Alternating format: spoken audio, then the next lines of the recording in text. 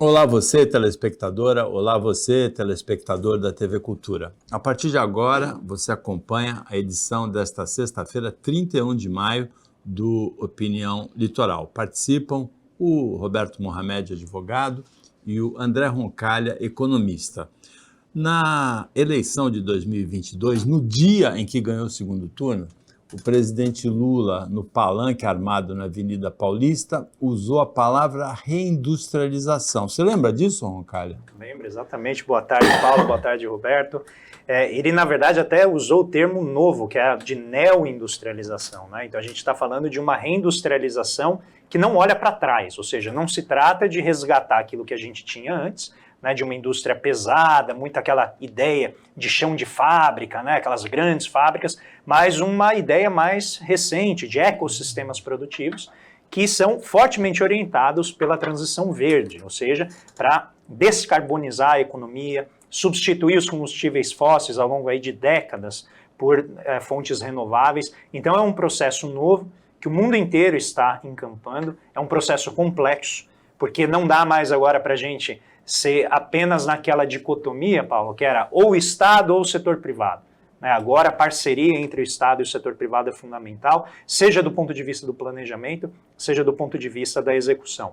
Então a gente tem uma nova rodada de processo de industrialização que está sendo muito estimulada pela concorrência entre Estados Unidos e China, que vem dando mostras aqui nessa briga, seja de moeda, seja guerra comercial, na forma de subsídios, na forma de proteção tarifária, que de fato as coisas mudaram. Eu nunca imaginei viver, né, para ver os Estados Unidos levando a tributação de automóveis, eu tenho certeza que o Roberto tem uma opinião sobre isso, de 25% para 100%, principalmente os automóveis chineses, que são produzidos, né, a um custo muito baixo. E vamos relembrar, Paulo, que recentemente o grande campeão americano contra os subsídios, sim, ele mesmo, o bilionário Elon Musk, que falou que achava ruim o Estado oferecer subsídios, muito embora ele tenha recebido quase 5 bilhões de dólares do governo americano para fazer os seus projetos empresariais, ele recentemente falou, olha, se não houver tarifa em cima dos automóveis chineses, os automóveis elétricos, eles vão literalmente limpar a praça de concorrentes. E começou a defender tarifa. E o que a gente está vendo agora é uma fragmentação do comércio internacional. Então aquela ideia que a gente viu de uma globalização, onde os capitais fluíam para onde eles queriam em busca de maiores lucros, está começando a se tornar mais regionalizado. Isso abre oportunidades para a gente, que a gente pode fazer parcerias que permita transferência de tecnologia, ou seja, chama uma empresa, pode ser chinesa, pode ser americana, e fala, você pode montar a sua fábrica, mas você vai ter que treinar o nosso pessoal, você vai ter que usar a tecnologia local, você vai transferir a tecnologia que você desenvolve em casa para a gente começar a produzir aqui. E mais importante, esses investimentos têm que ir na direção de gerar empregos inclusivos, ou seja, bem pagos, com toda a parte de sustentação da qualidade do emprego, com investimentos em profissionalização, em creches, né, que é a economia dos cuidados, tudo isso com foco nessa transição verde. E o que a gente está vendo agora é exatamente esse processo acelerado e que traz essas quase ironias da história, como o chamado berço, né, do capitalismo contemporâneo, praticando esses subsídios imensos que o Biden está praticando, mas também essa guerra tarifária com a China. E realmente a China extingue a concorrência na produção de carros elétricos da mesma maneira como extinguiu a concorrência na siderurgia, na produção de aço, né? Mas aí a gente tem que abrir um parênteses. Os chineses têm uma característica muito diferente dos americanos. Ou parecida com os Estados Unidos dos anos 50 e 60 até os 70 e que depois adotaram outra. Vamos olhar o comportamento da indústria americana no Brasil e o comportamento da indústria chinesa no Brasil. A Ford reduz num primeiro momento a sua participação, porque a Ford americana fez um monte de bobagem e quis, num momento, crescer muito, comprou Jaguar Land Rover, comprou Volvo, e aí teve que vender tudo. E em seguida, agora a gente vê os chineses vindo para o Brasil, mas não querendo mandar carro pronto. E não pense você que agora, porque essa turma que é contra a China é comunista. A China quer vir para o Brasil fazer exatamente o movimento que Estados Unidos, Inglaterra e Alemanha fizeram na década de 60, ou seja, criando montadoras. E, na verdade, quem constrói carro, monta carro. Né? Por quê? Porque a fábrica de carro, ela não faz a porta do carro. Ela monta o motor. Ela tem todo, como o André gosta de falar, um ecossistema, uma rede de produção de empresas independentes que fornecem para ela e ela vai lá e monta o carro. É isso que faz uma fábrica de automóveis. E a BYD vem para o Brasil e compra a fábrica da Ford. Discute como todo bom chinês, muito, regateia, sabendo que vai pressionar até a hora que o cara não tiver saída, porque não tem mais para quem vender aquilo, e monta lá. Como eles estão fazendo nos Estados Unidos. Vocês sabem para onde estão indo as fábricas chinesas? Para Detroit. A cidade que quase virou uma cidade fantasma, quando a indústria americana fechou suas fábricas lá, a começar a primeira delas, a Chrysler. Só que quando o governo brasileiro anuncia uma medida que já começou a ser criticada pela turminha do histrionismo lá, Adriana Ventura, Kim Kataguiri, o pessoal do PL, Carla Zambelli, tal, já anuncia que vai começar a taxar o aço importado, dizendo que esse governo é contra a livre concorrência. Eles estão defendendo quem? O americano taxa o nosso aço há quanto tempo? Desde os anos 70. E nós aqui da Baixada Santista sabemos muito bem qual foi o reflexo de importar aço tão barato. O fechamento da Cosipa.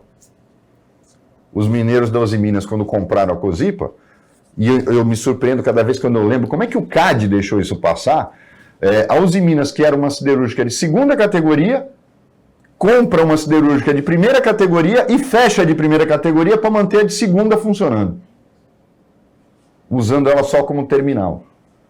Nós sabemos o que é isso.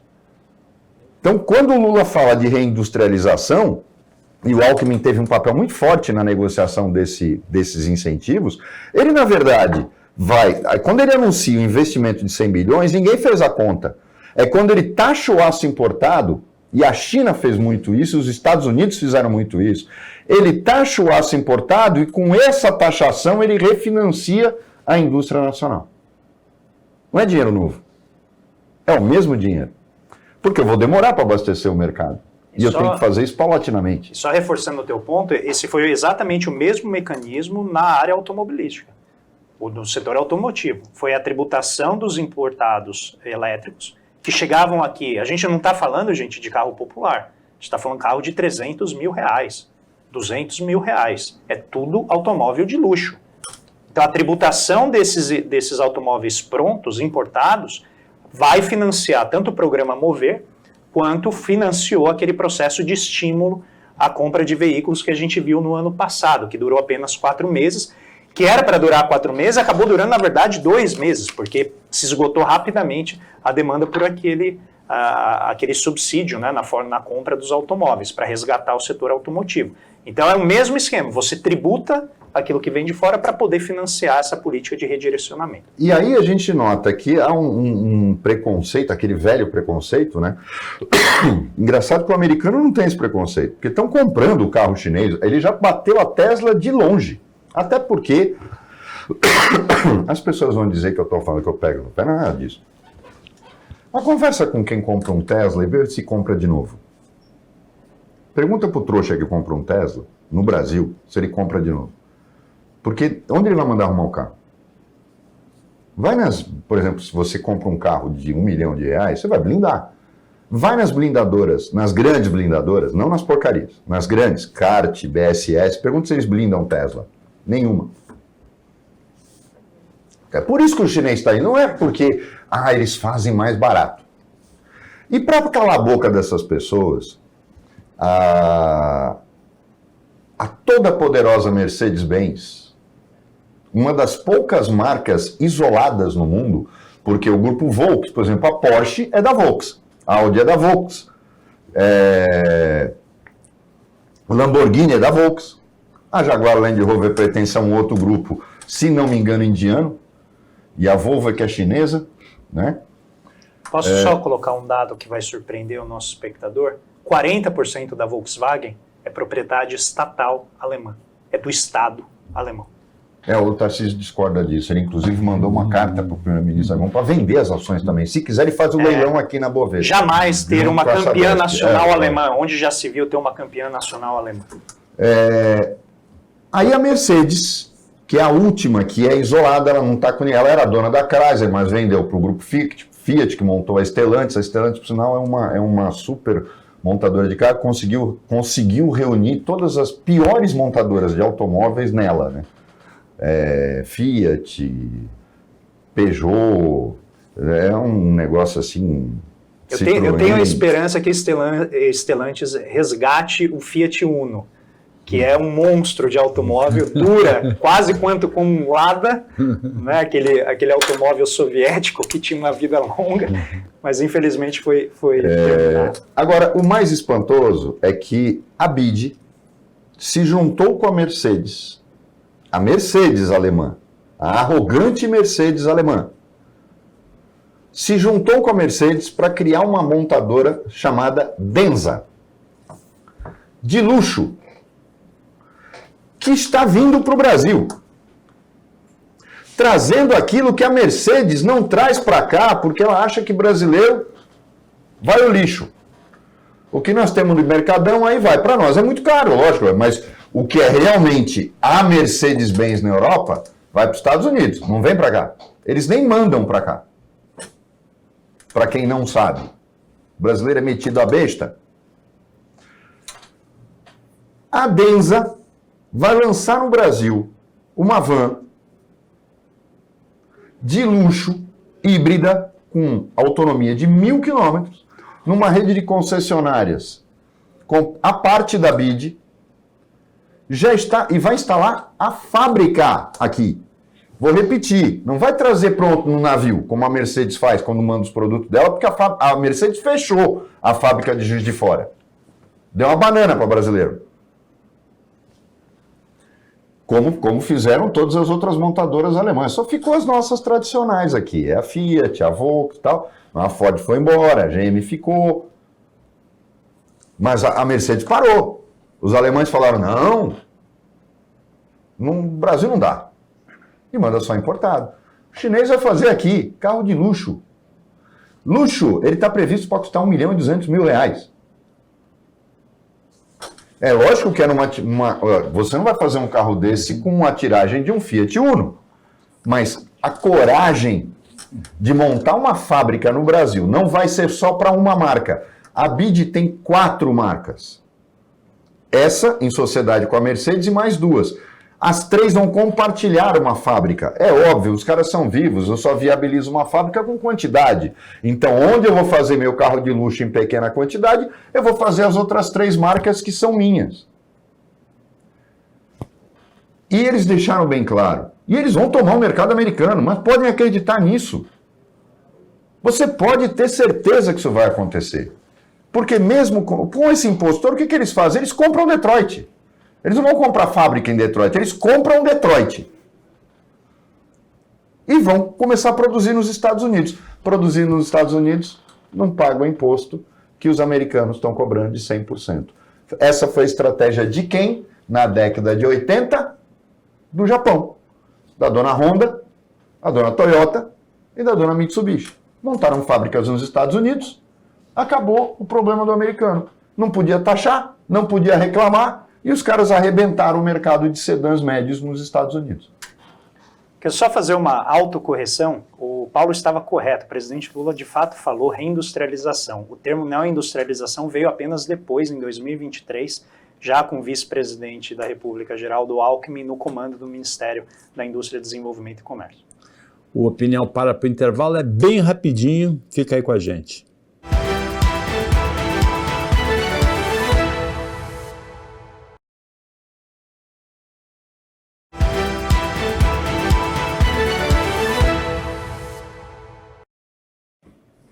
Voltando com a opinião litoral, que nesta sexta-feira tem o André Roncalli, economista, analisando as situações, as notícias com você, e também o advogado Roberto Mohamed.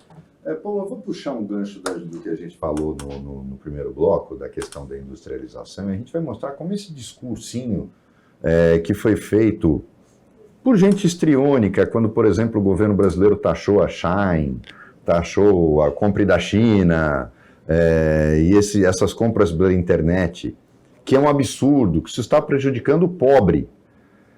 Esses caras têm que visão. Porque tem que deixar o cara trabalhar com uma banquinha, com produto falsificado na 25 de março, na porta do lojista que paga imposto, porque, afinal de contas, o pobre tem que ter onde comprar.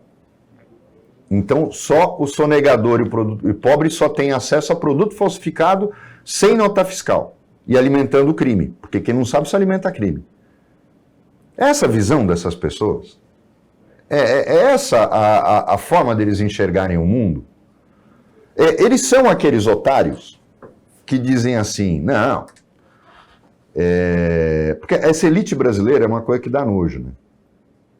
A elite brasileira que paga 3 milhões numa Lamborghini e está levando uma Touareg para casa. Eu vou pedir para colocar, quando você compra um carro de qualquer dessas marcas, você está comprando um carro da Volkswagen. Pode colocar aí. E até para as pessoas saberem, quando você compra um Volkswagen no Brasil, você não está comprando um Volkswagen, você está comprando um Skoda. O Skoda é uma marca, eu não lembro se ela é da Tchecoslováquia, né? Que faz os projetos, todos os carros populares da Volks, o Gol, o Polo, o Bora, são carros da Skoda, que ela trouxe para o Brasil. Mas você está notando ali Bugatti, Bentley, Porsche, Audi. E quando você compra, por exemplo, um Porsche Cayenne GT, que é o Cayenne mais caro que existe, ele está 1.200.000, 1.300.000, é o mesmo motor da Touareg, que é o mesmo motor da Audi Q8, que é o mesmo motor da Lamborghini Urus. É a mesma coisa. O que você paga de 1 milhão a mais é o emblema, o couro, o material sintético, o banco que faz massagenzinha contra hemorroida. É isso. É só isso. E você acha que você é o cara, porque você pagou 3 milhões num carro, alguém pode ter um outro igualzinho por 1.200 e ainda pode ter um outro igualzinho por 500. Por quê? Porque o ser humano é movido à vaidade.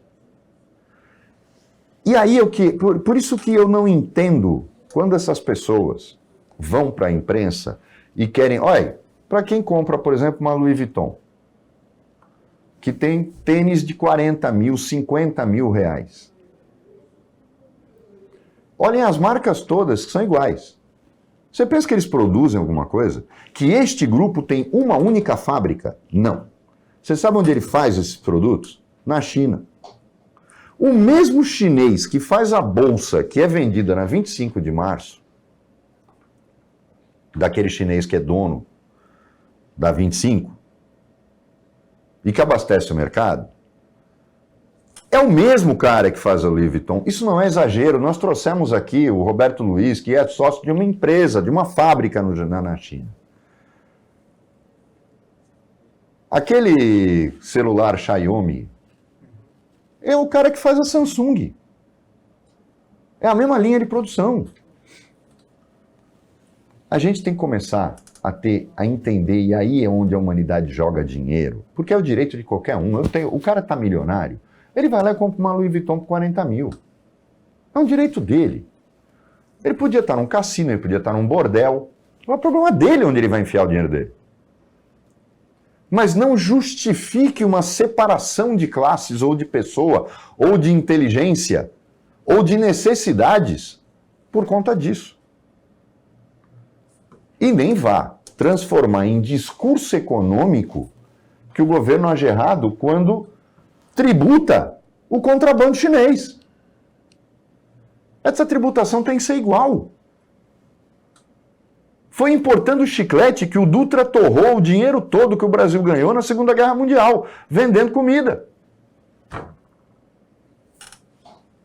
Mais um militar na presidência. A gente sempre sabe que vai sair, né? Titica. Foi o caso dele, que veio depois do Getúlio. Então, eu acho que é muito perigoso a gente ficar só nesse tom de crítica. E aí eu queria te ouvir, André, quando o Lula fala de reindustrialização, ou neo-reindustrialização, e a taxação, que para os capitalistas, porque bolsonarista acha que é capitalista e patriota, né? Eles acreditam nesse modelo fantasioso. Patriota com os Estados Unidos. É patriota e nacionalista e honesto. Não, eu quero a livre concorrência. Isso é livre concorrência? Comprar na Shine, produto falsificado? Tem a mesma qualidade do original. Esqueça esse discursinho. Mas não é falsificado. Vem com a marca daquilo lá, é falsificado. Não é feito pela indústria que faz o original, ela tem a marca dela, que você não quer comprar. E fica esse discursinho de o governo quer acabar com a alegria do pobre. Isso é que é a alegria do pobre, André? Antes fosse, né? Primeiro porque a compra dessas plataformas chinesas é dominantemente feita, né, nessas plataformas por pessoas de classe média. Não é a pessoa de baixa renda que majoritariamente compra. Tem uma parte importante de pessoas que têm, inclusive, né, celular, porque as pessoas de muito baixa renda nem aplicativo celular têm, mas, em geral, é a classe média que se beneficia bastante disso. Agora, pensando num contexto mais geral da reindustrialização, essa é uma das dificuldades que a gente tem, porque o mundo desenvolvido criou essas grandes marcas, e essa apresentação exímia que o Roberto fez aqui é essencialmente para dizer o seguinte: marca serve para cobrar mais caro. Então, se você vai comprar um produto sem a marca conhecida e com a marca conhecida, a diferença é o preço, porque essencialmente a maneira de fazer aquele produto, obviamente, produto em geral, né? Não os produtos mais sofisticados, mas em produto em geral a diferença é essa. A marca é um poder de monopólio. É uma ideia de que você está disposto a pagar mais para esbanjar o fato de que você tem algo que é muito restrito, é algo distintivo, que te distingue do resto das pessoas. E status é algo que tem poder econômico, né? As pessoas às vezes gostam de ter essa diferenciação. Mas o sistema funciona assim, porque quando você compra um tênis caro, você paga uma parte o material, a parte que você paga mais cara é o marketing que ele faz para tornar a marca dele, a grife, né, atrativa. Então, porque a grife é o que amolece a tua racionalidade na hora de fazer a compra. É o que te faz adquirir, né? E aí eu me lembrei quando você citou a Lamborghini, eu achei que você estava fazendo referência ao que ocorreu há algumas semanas, né, daquele sujeito racional superior que decidiu, depois de ter o seu relógio roubado em São Paulo, destruir a Lamborghini apenas para perseguir, né, o ladrão numa motocicleta. Eu fico imaginando, né, se a decisão foi racional, porque se ela foi racional, imagina o preço do relógio que ele perdeu para eventualmente valer destruir uma Lamborghini. Mas voltando ao tema, o problema é que essas grandes marcas, elas dificultam muito para que os países, principalmente as empresas de diferentes países, consigam subir a escada tecnológica. E a escada tecnológica não é apenas como fazer um automóvel, é toda essa estrutura que o Roberto mencionou de dominar uma rede de fornecedores, de ter um poder de barganha junto a transportadoras marítimas, de ter toda a cadeia produtiva bem azeitadinha para o carro chegar no lugar onde ele tem que chegar, no momento em que ele tem que chegar. E essa estrutura global, as grandes corporações, como a gente viu aqui, né, os exemplos, elas já fizeram isso. E os centros de inovação, que é o que faz o design, como você mencionou, Paulo, que é o que faz a bolsa ter aquele formato, a seleção das cores, os padrões, né, de todos os produtos, isso está lá, não vai estar aqui. Então, qual que é a dificuldade de você reindustrializar um país? Primeiro... Depende, né? A Havaianas, por exemplo, quebrou isso, né? Daqui. Mas sabe o que acontece com as empresas brasileiras? A gente desenvolve aqui, vem uma grande corporação como essa e fala assim, essa aí vai ser uma marca minha. A Casa do Pão de Queijo. Não, a produção nossa se tornou agora apenas uma marca dentro de uma grande corporação. A Havaianas hoje não é mais uma. Ela é uma marca, ela era da São Paulo Pagados. Que era a Argentina, né? Então, note que o desafio... Mas isso que você fala é interessante. Eu comprava um extrato de Guaraná, que é um produto brasileiro, foi comprado pelo Japão e a gente não consegue comprar mais no Brasil, não tem mais no Brasil. Mas, Paulo, Embora é até mais grave, aqui. Eu acho que recentemente teve uma disputa internacional para patentear o açaí. Parem para pensar. Patentear o açaí, que é algo que é uma fruta que dá aqui no nosso país, que é uma maneira de fazer que a gente desenvolveu, e alguma corporação americana ou chinesa, se eu não me engano, queria patentear. Ou seja, a gente poderia extrair, mas não poderia produzir, né, aquele creme que a gente faz aqui, porque ele seria patenteado. Engraçado isso, né? Mas é pior, Paulo. Fizeram um levantamento recente que mais de 1.500 produtos brasileiros estavam sendo patenteados pelos chineses. Produtos desenvolvidos aqui. Então, note que grande corporação não importa do país do qual veio. E aí grande até na pirataria. E eu não tenho nenhuma ilusão de que a aspiração chinesa por domínio econômico é diferente da aspiração americana por domínio econômico. Isso é algo que um planejamento de indústria tem que prever. O chinês não quer chegar aqui para produzir. O chinês quer trazer o carro pronto. Só que a imposição de uma política que diz a ele que se ele quiser ganhar dinheiro no nosso território, ele vai ter que produzir, ele em geral é mais tolerante do que o americano. Ele aceita fazer isso.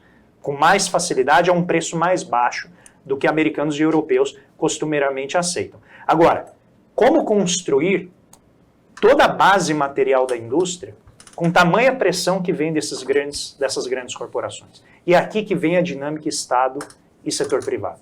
Não dá para apoiar-se exclusivamente no setor privado. Particularmente numa economia como a nossa, que apequenou as suas empresas.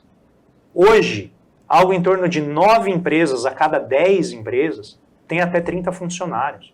A gente está falando de empresas muito pequenas, que não conseguem competir com esses gigantes internacionais. Então é preciso fazer uma política que ordene, que estruture ecossistemas produtivos em que essa pequena e média empresa consiga ganhar musculatura, crescer, e o ecossistema vai exportar esse produto já mais bem elaborado. E para isso é preciso, por exemplo, investimento que vem do Estado, investimento em infraestrutura, em qualificação, em ciência e tecnologia, e também uma aproximação entre empresa e universidade, para que a gente converta, né, esses artigos acadêmicos que o Brasil produz tanto em patentes que vão virar produtos para serem comercializados lá fora.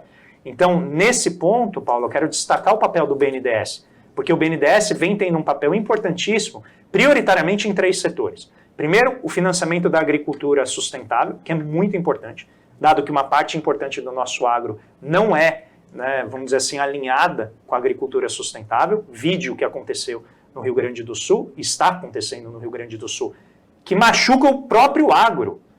As mudanças climáticas maltratam mais o setor que mais gosta de negar esse problema. Segundo ponto importante, o setor de medicamentos. O BNDES vem financiando de maneira bastante avançada, mais de 500 milhões de reais, medicamentos que vão ser produzidos internamente, vacinas, né, insumos farmacêuticos importantes. E depois, essa dimensão, o Roberto já mencionou da questão do aço, a gente tem o setor automotivo, que ainda emprega muito, e também a parte de energias renováveis. O que fica faltando nesse arranjo é fazer com que essa energia renovável, vez por outra, não derrube a energia de regiões inteiras, como ocorreu em agosto do ano passado, porque, como a gente privatizou a maior empresa do setor elétrico no Brasil, a gente perdeu essa capacidade de coordenação entre os diferentes produtores de energia Brasil afora. O Opinião Litoral volta depois do intervalo bem rapidinho.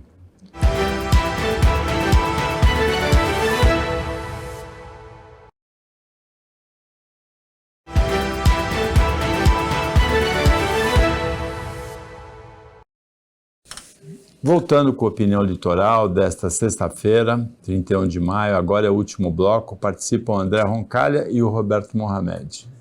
Paulo, eu vou contar uma historinha aqui para as pessoas poderem entender a capacidade que o brasileiro tem quando quer e quando o Estado não atrapalha. O Brasil em 1970, 69, 70, precisava de um avião de caça. O Brasil nunca teve. Tinha jatos, mas não tinha aquela porcaria do Chavante. Mas que serviu porque foi fabricado sob licença no Brasil, licença italiana, foi fabricado no Brasil e na África do Sul sob licença. O nosso chamava Chavante, o africano chamava Impala. Mas o Brasil precisava de um caça e só tinha que comprar lá fora. O militar brasileiro, patriota, já era patriota naquela época, e honesto, tinha duas opções. O F-5 americano, que era barato, rústico e de fácil manutenção e oferecido com financiamento a sabe-se lá de quando, mas vinha num pacote fechado. Ou o Mirage 3 francês, que não servia para a missão que a FAB queria. Isso é opinião unânime de todos os pilotos, os 12 primeiros que foram para a França buscar os primeiros Mirage 3 que vieram para o Brasil. Pois bem, isso foi início dos anos 70, depois o Brasil faz uma nova compra, ele compra o quê? O F-5, que já devia ter comprado naquela época. Por quê? Porque o Mirage 3 não servia para fazer defesa de espaço aéreo, ele é um avião de ataque, não é um avião de defesa e de interceptação. Mas, paciência. Mas onde vem a parte genial? Em 1978, a França lança o Mirage 2000. Já não ia, mesmo fabricante. Não ia mais fabricar o Mirage 3. Mas tinha vendido 1.500 unidades. 1.500 unidades para 20 países, inclusive Israel. E a própria França pegou todo o seu estoque de Mirage 3 e botou para vender no supermercado. Quer dizer, essas 1.500 unidades todas foram embora porque ela começou a fabricar o Mirage 2000 para ela. E o Mirage 2000 não foi sucesso de exportação. Num determinado momento, a Dassault começa a cortar o suprimento de peças. É aquela história de comprar carro velho, não tinha mais peça para ele. A Argentina tinha Mirage, nós tínhamos, tal. O mundo inteiro tinha Mirage. Mas eles já não queriam mais. E sabe a primeira peça que faltou no mercado? Pastilha de freio. Sem brincadeira. Pasme você. A pastilha de freio que vai nas 3 rodinhas, né? Nos 3 trens de pouso, cada um com 2 rodinhas. Que, digamos, não é nada desprezível. Não, porque é uma pastilha de freio que tem que aguentar frear um jato, um caça, na descida, 1.200 km por hora. Por mais que ele vá reduzindo, a quanto ele chega no solo? A gente não está falando de um avião comercial que a velocidade é bem menor. Um brasileiro que fazia pastilha de freio falou, mas não é difícil fazer pastilha de freio para eles. Chega na FAB, eles já forneciam, lógico, ele fornecia outras coisas para ela, se não me engano, era o próprio fabricante que fazia a pastilha de freio do Chavante. E fala, eu faço, dá ela aqui que eu faço a forma, eu faço. Resultado, esse cara passou, em 2 anos, a vender pastilha de freio para o mundo inteiro. Ele passou a vender pastilha de freio para 20 países, que compraram o Mirage 3 e que ficaram sem. E só o Brasil fazia. Só esse cara que foi lá, teve o apoio estatal, a FAB falou, não, pode fazer que eu compro de você. Compra pública. Entendeu? A FAB fez o cara se tornar o único fornecedor de pastilha de freio para o Mirage 3 no mundo. Isso é inovação. Aí você fala, ele não inovou nada. Inovou sim. Ele fala, eles não querem fazer? Eu faço. O André falou de centro de tecnologia, eu vou dar a bola para ele agora. Vocês lembram dos primeiros Hyundais que vieram para o Brasil? Se tivesse um carro mais feio que eu, acho que só o Lada. Eram horríveis. Você pega o Sonata, o primeiro Sonata que veio para cá, ele era uma coisa abominável. Quem comprou o Hyundai naquela época se surpreendeu depois quando ela voltou já com os outros carros. Mas ele era feio demais, ele era horrível, não tinha design, era um carro... A Hyundai percebeu que ela tinha que se modernizar. Mas e aí como? Trazendo gente de talento. Mas nenhum cara, por exemplo, queria sair da Alemanha, da Suécia, para ir morar na Coreia, para fabricar, para fazer desenho para a Hyundai. O que a Hyundai fez? Montou um centro de design e desenvolvimento na Alemanha, contratou metade da BMW e mudou toda a sua linha de carros. Para quem não sabe, por que o i30 se chamava i30? Na verdade, era para deixar claro que ele era o 130 da BMW, com outra marca. Porque o projetista era o mesmo. É isso que a gente não vê acontecendo no Brasil. É isso que a gente não vê. Quando o Roncalha fala de patentes, vamos olhar para bem. O brasileiro sabe registrar uma patente? Quanto tempo... Vocês sabem o martírio que é? Como o Estado brasileiro trata o inventor brasileiro? O criador brasileiro? A tortura que é registrar uma patente? É mais de um ano. Sabe quanto tempo é na China, Roncalho? 22 dias. Imaginei. 22 dias para registrar uma patente. No Brasil é mais de um ano. É realmente pedir para que a gente não tenha indústria. Eu gostei muito desse seu exemplo da pastilha de freio da aviação, porque ele ilustra perfeitamente o que é que a gente fala quando a gente fala de indústria. Então, indústria não é necessariamente aquela fábrica imensa, toda robotizada, com milhares de trabalhadores. Não, indústria é uma forma de fazer as coisas. Se eu faço pastilha de freio para um avião, fazer pastilha de freio para um caça é uma transformação que está muito próxima da competência que eu já tenho ali. E às vezes é uma competência que, quando ela é adquirida, ela abre um mercado que antes era impensável.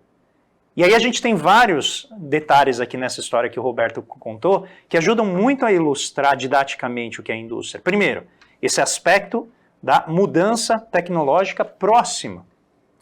Um outro exemplo, né, gráficas que durante a pandemia fizeram o quê? Começaram a produzir máscara de acrílico, que é o que a gente chama de reconversão industrial.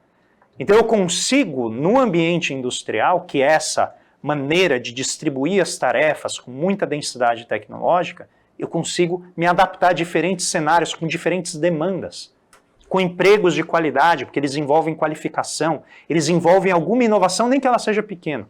E o segundo ponto, chave aqui que o Roberto trouxe, que é muito interessante, o papel das compras públicas. Não tem nada que a gente está usando aqui, seja um aplicativo de celular, uma touchscreen, alguma coisa que não tenha sido resultado de um contrato do governo americano, particularmente das Forças Armadas, com muitas empresas de tecnologia no período do pós-Segunda Guerra Mundial. Então o papel do Estado com as compras públicas é fundamental, o caso da Embraer. A Embraer, como a gente estava falando das marcas, a Embraer é essencialmente uma marca, porque ela não produz nenhuma das partes. O que ela produz é o design do avião, o desenho de como você vai montar o avião.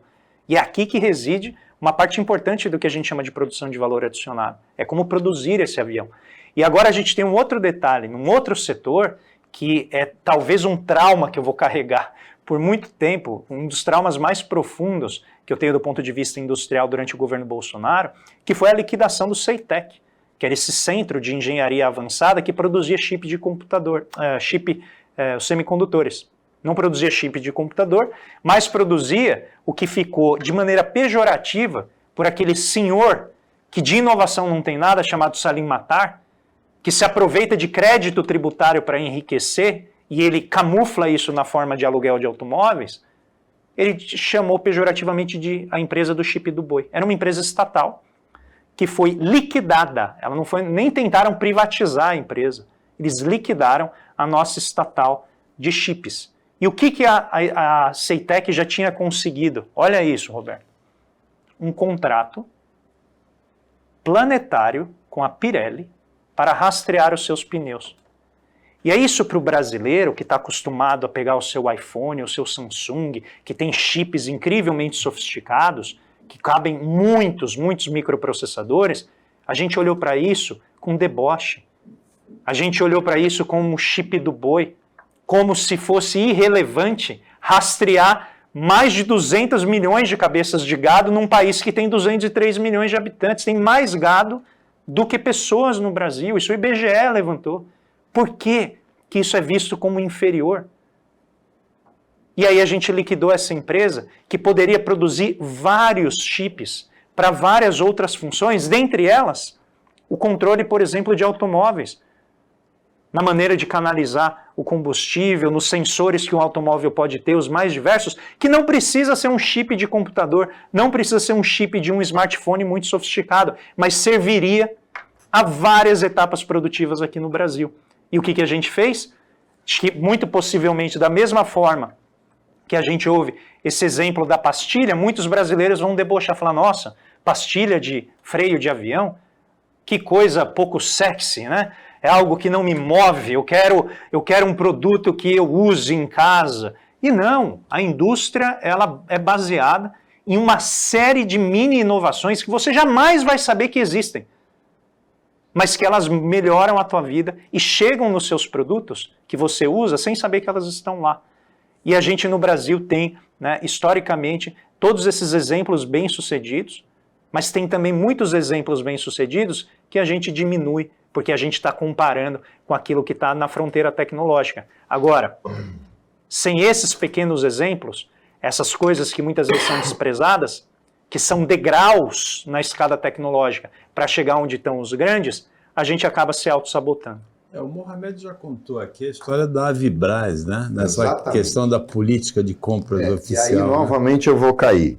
Os bolsonaristas patriotas. Vocês são patriotas, né? Eu acho legal que vocês são patriotas. O Exército Brasileiro cimentou a Avibraz. Porque o militar brasileiro é honestíssimo. Honestíssimo. Tem atestado. Ele colocou a farda, ela vem com atestado de honestidade. Né, Pazuello? Todo honesto. Em 2014 começa a licitação para a compra dos novos blindados do Exército Brasileiro. Ela se estende até 2019. Passa pelo governo Dilma, final do governo Dilma, passa pelo governo Temer, Bolsonaro. A Avibraz participa com 2 veículos, o Tupi e o Guará. O Guará é um projeto mais antigo, que tinha 6 versões, inclusive poderia servir para compra pelos fuzileiros navais, uma empresa nacional instalada aqui com um projeto brasileiro. E que já foi testada. A bateria Astros 2 foi vendida para vários países e até hoje está no Exército. A bateria de foguetes. Com quem o Exército Brasileiro, patriota, nacionalista e honestíssimo, fecha? Com a Iveco, uma empresa italiana. E aí o que acontece agora com a Avibraz? Acabou, faliu, 600 milhões de dívida. O contrato do Exército Brasileiro, patriota, nacionalista, honestíssimo, com a Iveco, salvava a Avibraz. Eu vou falar mais o quê? Precisa comentar a notícia? Algum país deixou de se desenvolver dos grandes sem indústria de defesa? Não.